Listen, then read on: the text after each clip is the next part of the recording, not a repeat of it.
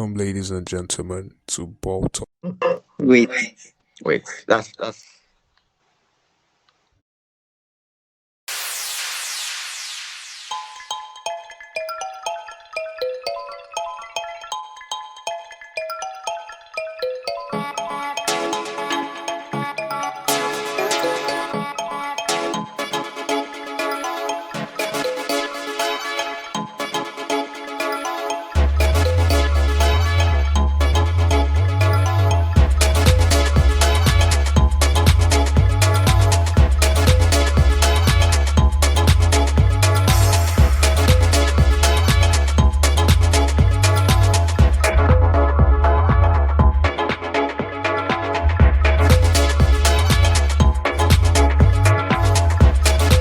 a hot take.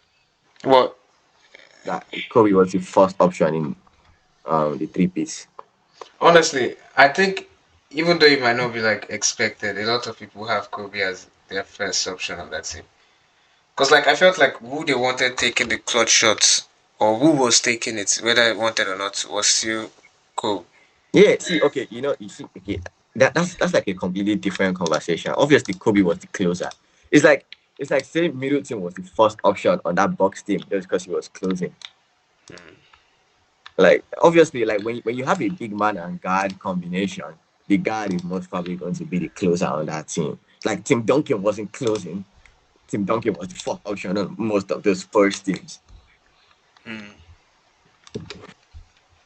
Was it like like wasn't the game plan get the ball to Shaq in the post? Like Shaq, whoa, damn. I So don't I actually, don't I don't understand how you average 35 and 15 being the second option. That's crazy.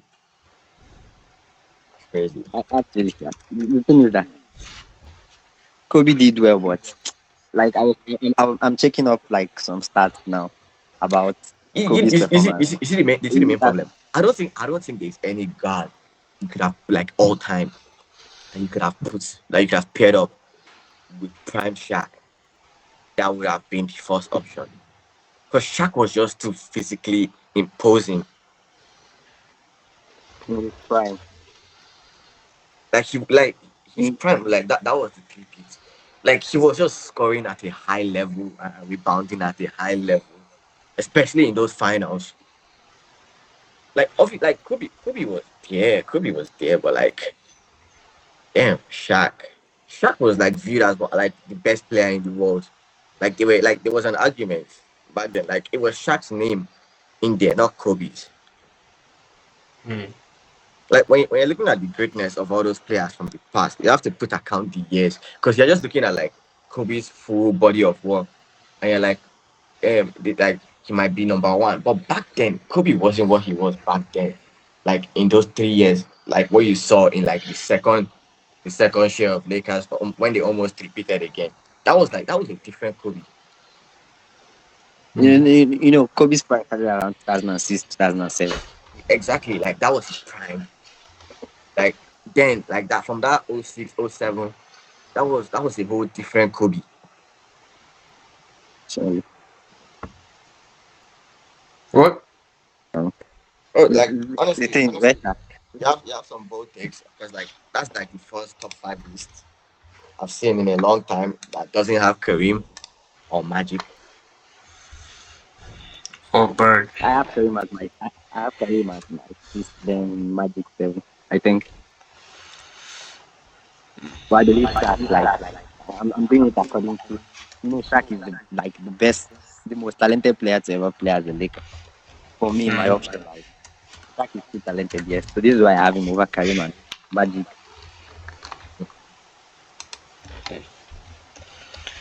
So like, what about players like what's it? Um,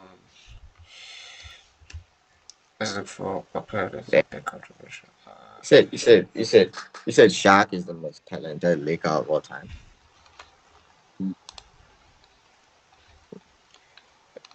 Yeah, Mm. we can't hear you. Hello? Safe to hear me. Hear me. What'd you say? I said, yeah, Shaq is the most talented Laker of all time. Because on defense, like he helped out a lot, and then on offense, Shaq dominant, the most dominant player ever. So like for me, the most talented, like Shaq. Or you mean Karim like is there too. or you mean like based on like pure talents, not accomplishments? No, based on talent, yes. Okay, not bad. Not bad. Not bad. But Some people yeah, might say wheels, but like, hey, yeah, but I think Hmm? Will didn't really do as much in LA as he did in as a with the Laker, right? Warriors. Yeah, Wilt. Chamberlain. yeah. I think that was that not the latter part of his career when he went there. Yeah, the last thing he played for the I think if you see honestly getting into that top five is hard. Getting into that top five is hard. Because like Getting who? Wilt. like no like getting into that top five. I don't have Bills or Bill Russell in any of this list.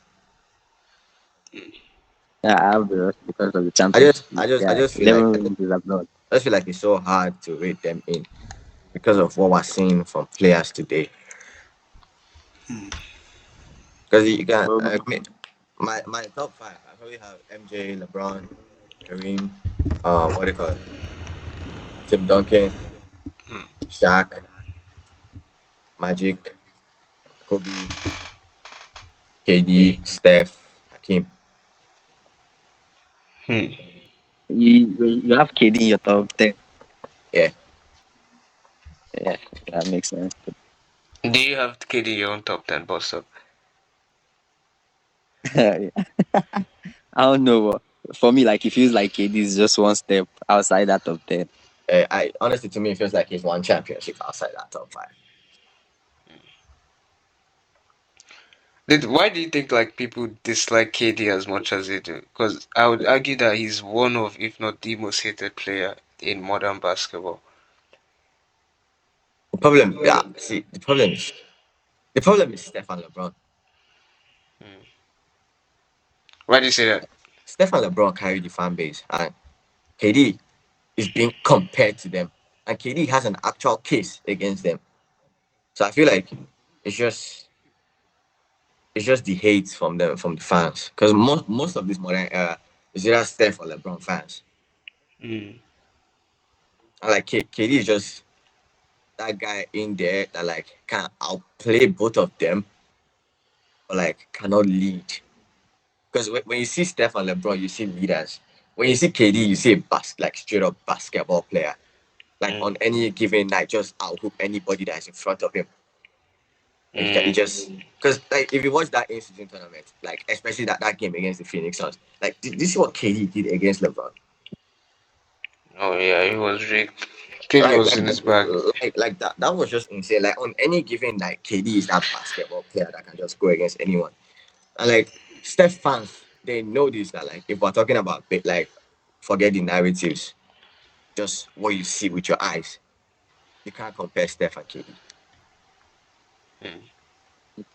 In terms of skill set. In terms of like just basketball, you just can't compare Steph and KD.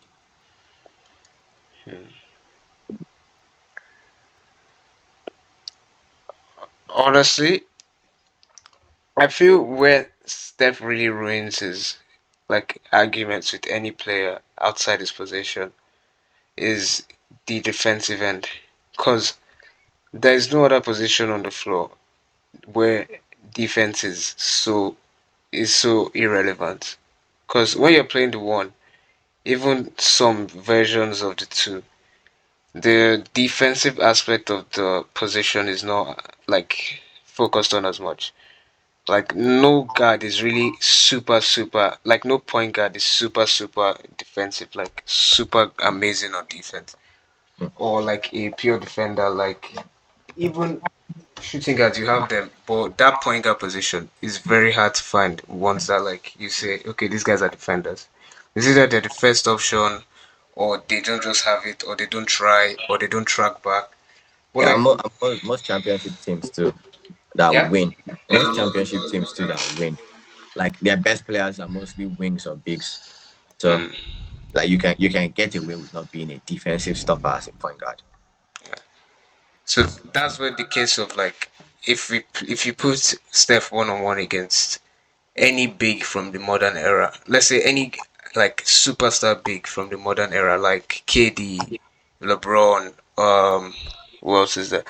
Jokic, Embiid, you don't expect Steph to win that matchup purely because when it comes down to him trying to stop Jokic, it's impossible. Whether or not like Jokic can get a stop or Embiid can get a stop, like the chances there is way more likely that he's stopped by Embiid than he stops Embiid. Mm-hmm. So, yeah. That it's just it. And one thing people don't also realize, but is that shooting threat. Because I was having this argument once that this KD might just be the second best shooter of all time. Hmm. And like it looks like a crazy take, but like when you look at all aspects of shooting, not just from the three, like the free throws, mid range, then like everything combined, like apart from like Steph, who else like in NBA history can like go head to head against KD in that aspect? Hmm. Bosco boys, what are you thinking?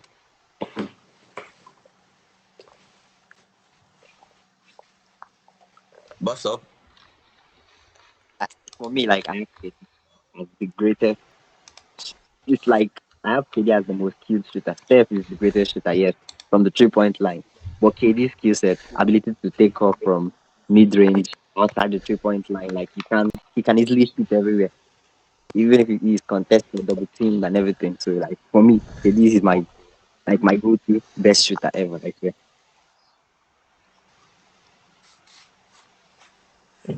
Wait, you say you have him number one for shooting? Yes, and for me, I believe he can do everything Steph can do. Like he can shoot like very well on the 3 point line efficiently.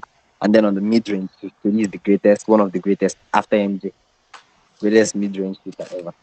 So Or, now or, and also or good at the you, 3 point line. you have MJ as a greater mid range shooter than KD? Huh? Like I've seen many people say KD is greater than MJ when it comes to the mid range. Because he is Or you believe KD is better than MJ? at the mid range, yeah. I don't know, Shabo. Or it I depends. just have MJ. Wait, are we talking about efficiency No, or volume? efficiency itself, you have to be KD, right? It's KD efficiency wise. But like, if we're talking about volume, I think that's a whole different conversation. Yeah, yeah, yeah, MJ. So I have MJ, like, I have MJ first.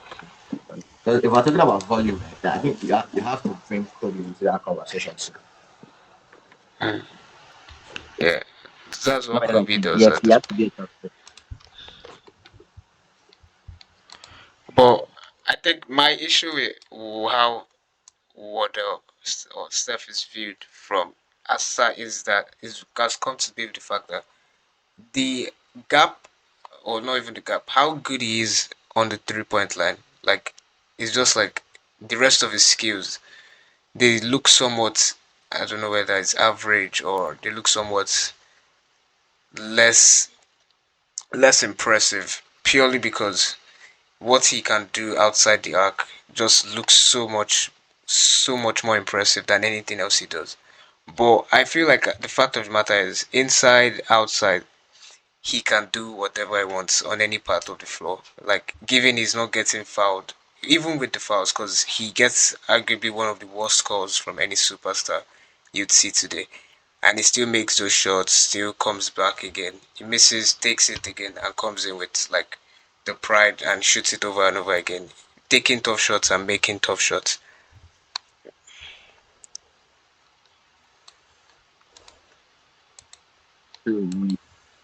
So, um, so you Yeah. believe like Steph is like great all around when it comes to like every part of the court, When it comes to apart from like apart from scoring.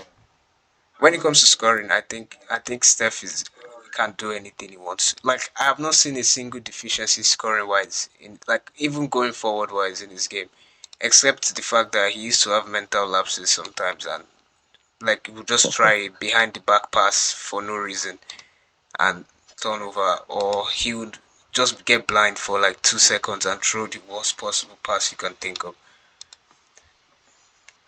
But Wow. I did his scoring. I think he's really good at it. Like I've not seen anywhere where they like, because the two players. I think Grant Williams had an interview where they asked like who is the most unguardable player in the league, and he said the most unguardable player in the league is Kevin Durant, but the player he hates to guard is Steph Curry. Because like the walk alone that you have to put in, knowing that if it's from three you can't stop him, and if you let him go inside, you're essentially giving him a layup. You let him, you try and force him into a bad shot every time, and some of those times he's still making the terrible shots that you're forcing him into. So for me, like I believe why people say something like that is that because Steph now is exceptionally great for his 3 point shot and everything. But Yeah. if you take away the 3 point shot, you have a track like you have normal guys. Kyrie Irving now, like if you take away Stephen Curry's 3 point shot, you can actually have a reason why Kyrie Irving is better than Stephen Curry. Like Stephen Curry is not exceptional, like as he is outside the arc compared to other part of his game. Like you get what I'm saying. Yeah. So I people do like get what tend you're to saying. pay attention to the light of his shot. He is great from mid range, like free throw also, but if you take away all those things now, he becomes Chris Paul because Chris Paul can do all these things Steph can do. Handle the ball efficiently, like shoot very well from mid range. But outside the arc now, this is where Steph draws the line. He's showing the league what we have never seen before. So like Mm. everybody like tend to like for me, I believe Steph is great. Apart from that 3 point rubbish people they talk, I believe Steph is great. But people like tend to say without that 3 point, Steph is not. This is why some people find it to believe Steph is better than Magic. Mm.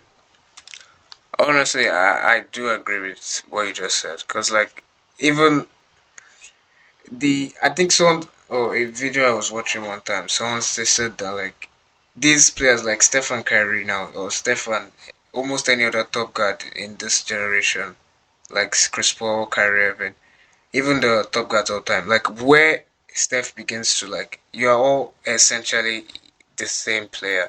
But because everybody can handle extremely well, everybody can shoot, everybody can score from the line, everybody, if they have a pass to make, they can make a pass. Like, but when it goes outside the arc, it's like, okay, that's where we draw the line. Like, that's where we can't compete anymore, I feel. And people have like this top narrative sometimes. What? Uh, Sorry, I didn't hear what you said. I feel like this is a sport. Like people have fucked up narratives. People can have fucked up narratives about a player, and we might actually be wrong, but we think we are right. Mm. Yeah, I do agree. I think what we wanted to even go to talk about more was who do you have as like the MVP candidates, and then different questions like that. But before we answer, I want to see if we can get all the different like people on the that have different MVP candidates. But I didn't get.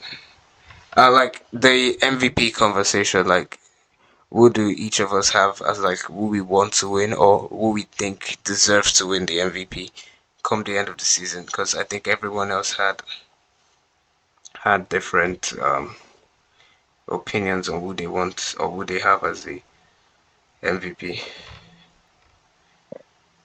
Well, I'm going with Jokic, obviously.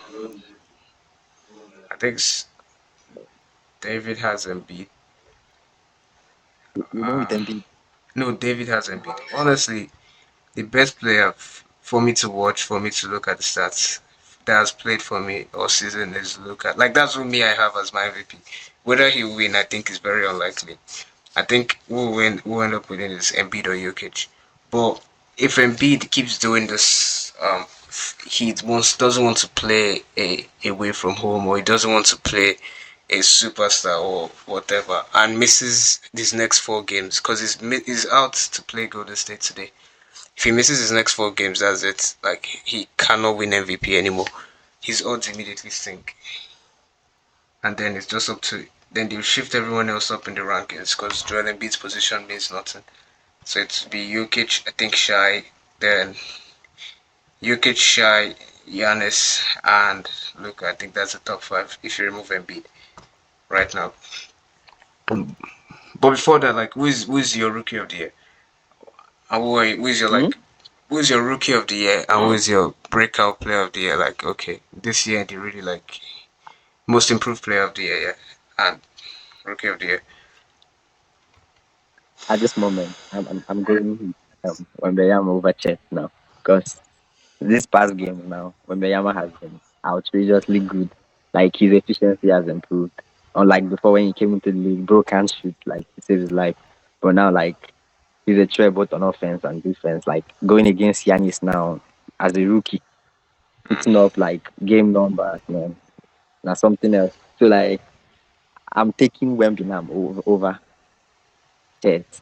Those numbers now, like back then when we were arguing, I told you I'm taking Chet. This is because Chet was abnormally Efficient. better, if like efficient enough. Yes, Wemby was shooting like six threes and he would miss all of them, so he was bad. Like his shot now, but now like somehow he improved everywhere. Wemby is giving us 50 plus FG every match, and then Hmm. his defensive impact. Without Wemby now, that team no there anyway. So like I'm going with Wemby over Chet now because I know Chet is hiding behind SGA's success and the team's success. Yes, Hmm. but he's also putting out good numbers too because yes.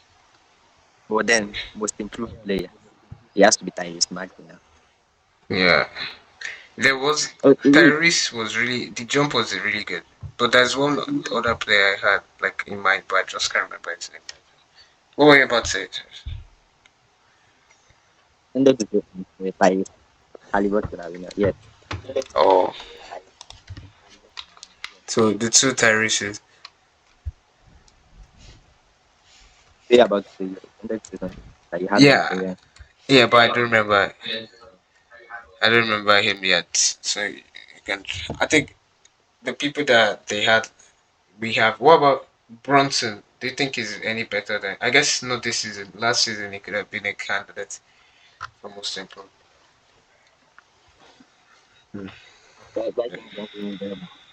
Yeah, do you think he's one of the potential candidates for most improved player? Yes, So he's under. He's underrated. Yes. yeah, he's extremely underrated. Like no one values him as a player. I have no idea why. Like he should have been an all-star starter for me over there because I think the numbers don't lie, and his impact is far more on New York than Dame's impact on Milwaukee. Like yes.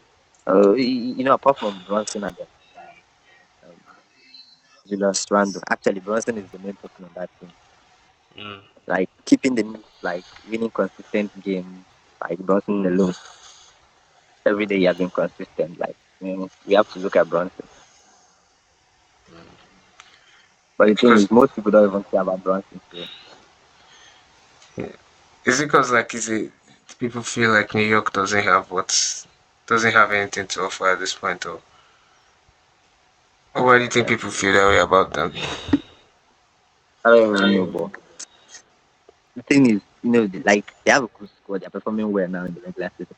But people believe like in the playoffs now, it's going to be a desert. Like they're going to leave after since they don't Hmm. have the squad to compete with great teams like Boston Celtics, Porzingis now and Porzingis and the two Mm. JBs, the two Js. So I feel like people feel like he's just performing well in the regular season, just like Embiid now. But in the playoffs now, we all know he's not going to make it or get past the first round. Mm. Honestly, maybe he does go past the first round. Cause wait, who are your contenders in the East before we get to the West? 'Cause- In, in the East, Yeah, Boston now, Boston.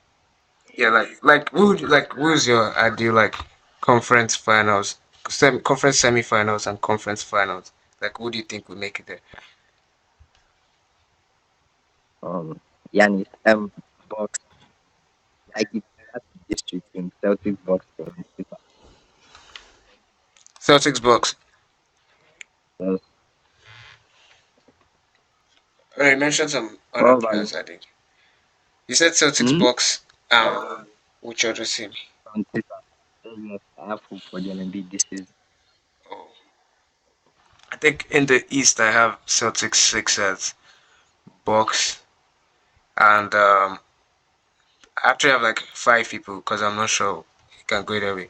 Honestly, I think the Heat they might be running out of time because they keep losing games.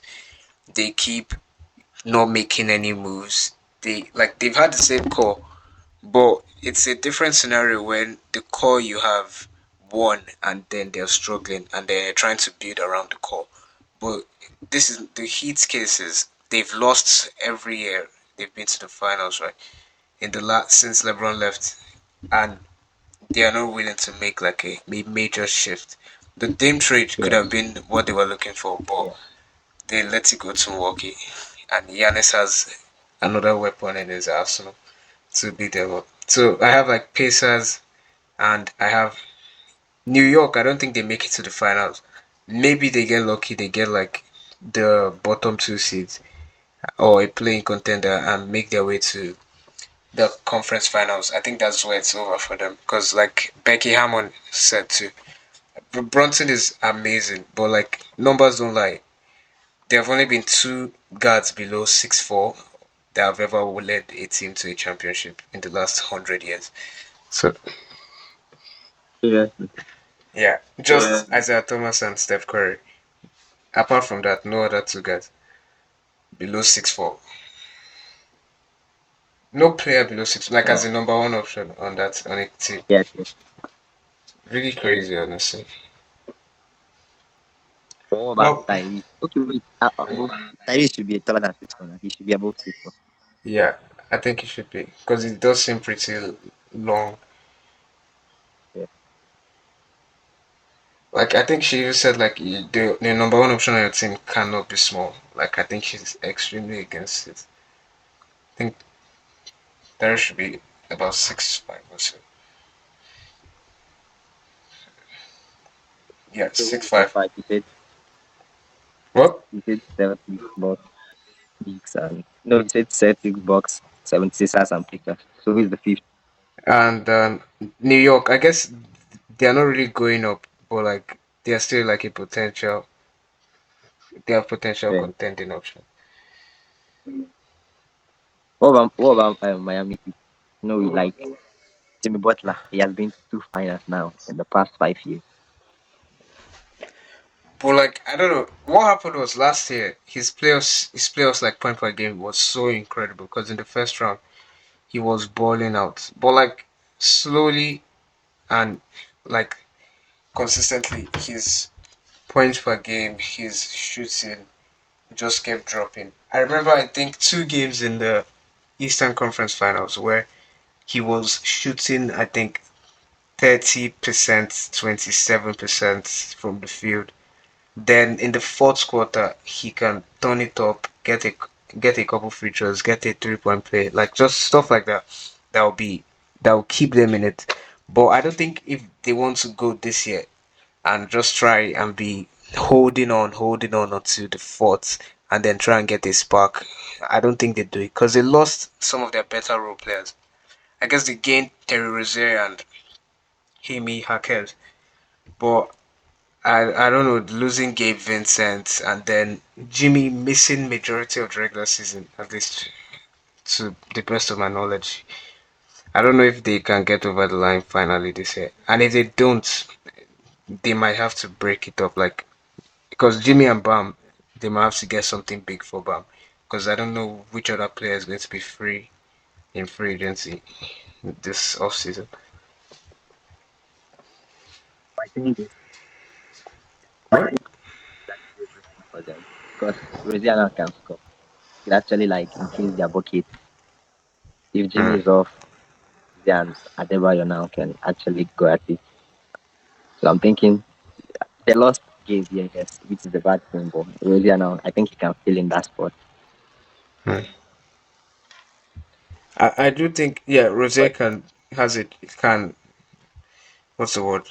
Can fill in the missing hole for Yeah. Miami. But I feel like if they go about what they did last season, like the only way they're staying in game, they are winning games is by waiting up until the fourth quarter. Like they are not the team that's pressing. They're the team that's taking in the heat. They try and score, or they try and keep it like a 6, 7 point game going into the fourth. Come in and then okay, they give it their all to try and get the fourth quarter burst, and then try and force a win. And then in the finals, like there was no shot of them even winning when it came down to the Nuggets versus the Heat. Like I expected it to be a sweep, honestly. Like even how good Jimmy was, like the best player in the world can't beat the best team in the world. Like you need something else. Actually, sir. Yes, you have a point. What about the West? The Your top West, three. the West is Clippers, Clippers, Minnesota, um, like Clippers, Minnesota, Nuggets. How does not forget Clippers, Minnesota, Nuggets, and then maybe like a very very slight chance. Like I'll give OKC has a chance to maybe go to the finals, conference finals. I don't think they go to the NBA finals. Like it's not like I don't think they're a good team. I just think they're just like a repeat Memphis Grizzlies. Like young players, all the hype, all the confidence in the world, but like they can make like stupid decisions or when the free throw like because I'm not gonna try and hate on Shai because he's an amazing player, but like he does get a lot of calls. Like Ant was fined $250,000 because on his dunk to seal the game, potentially seal the game, Shai Alexander was grabbing his arm. He still got the dunk down, but he could have gotten hurt badly if he landed him properly. And like if those type of calls, they will obviously get like calls are you get less offensive calls your way, but they try their best not to make stupid mistakes. I think in the playoffs because everyone is dialed in, and it means a lot more compared to the regular season where a win does not can change your record, but will it have that much effect on your season? Yes. Well, like both personally, like I have Thunder now over Timberwolves because of the efficiency. Like when the team is too efficient. I know like they are young cores and everything, but they're too efficient. I don't trust them to go right now in the playoff and Carl Anthony Towns. I fucking hate these two guys, especially in the playoffs. So I'm giving Shy like time. Yeah, I think Shai is really is becoming that guy that you can look to. Like I keep comparing them to the 2021 Grizzlies because like Shai is taking down Morant's role, and then his role players like Chet. If Chet can really, I don't know, Chet just overnight becomes one of the better defensive players in the league, like JJJ. Like they really stand a chance so far. They all stay healthy. But aside that, like Jalen Williams is really good. I think he's really good, and he can be a good second option. But I don't know if that's what he is yet. If you know what I'm trying to say. I don't know if they have a second option on that team. Apart from Shy, like I don't see like who you can actually point as As a like second the option. yeah, Like because some days you think it's Jets or you think it's even some nights you think it's Josh Giddy. Some nights you think it's Jalen Williams. Like sometimes nights you think it's Ludot. It's just hot potato who is going to be like the yeah, second option. and actually like I'm giving them a shot this season. And also Alex now, I'll make Alex they happy because actually that franchise is just like my own now. We never win anything, so our take now on hopes being optimistic. Honestly, But you at my least winner, like, your winner. mhm, Who's your winner to win it all this year? this team like Sorry, Wu, I didn't get that. Clippers, Clippers. Oh yeah. Honestly, I when James first got there, and the whole system controversy. The system, the team was playing bad. Like I could not have seen. Like honestly, there's still some doubts that they did, but Clippers have to be like the favorites because this is a super team is not a super team till it starts winning, and this is like just a perfect example of that. Because people are calling them a pointless super team, like a team who a wish a fake super team. Like, but now when let's say they end up winning this season, they'll say Ross and Harden needed a super team of some of the better players of this generation to have a chance of winning the chip. Because like if you don't start winning, no one's going to call you a super team. But that's what they're doing now. They're winning, they're playing well, and they're fluid. Although there was a lapse yesterday when they lost to Cleveland, but aside that, I don't see any reason why I wouldn't have them as my favorites. But like at the back of my mind, I still trust my Golden State boys that they can make a push. Just give the rest of the franchise some hope. End out properly. Just give us something to look forward to as the big guys leave the league.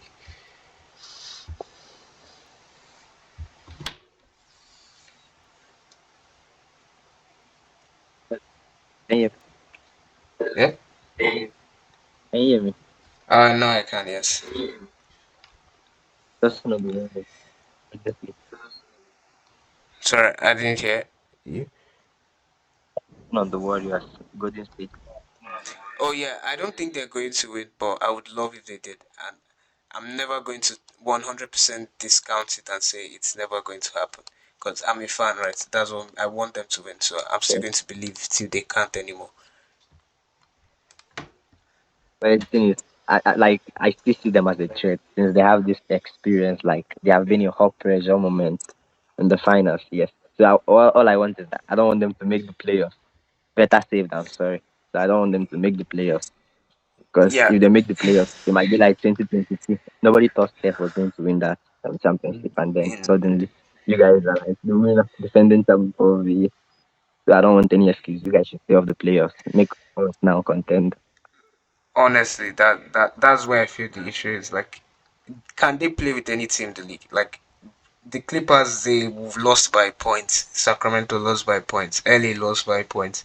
Timberwolves, I think all the games with Timberwolves, I think one was a blowout, but that game, Green and Clay Thompson got ejected.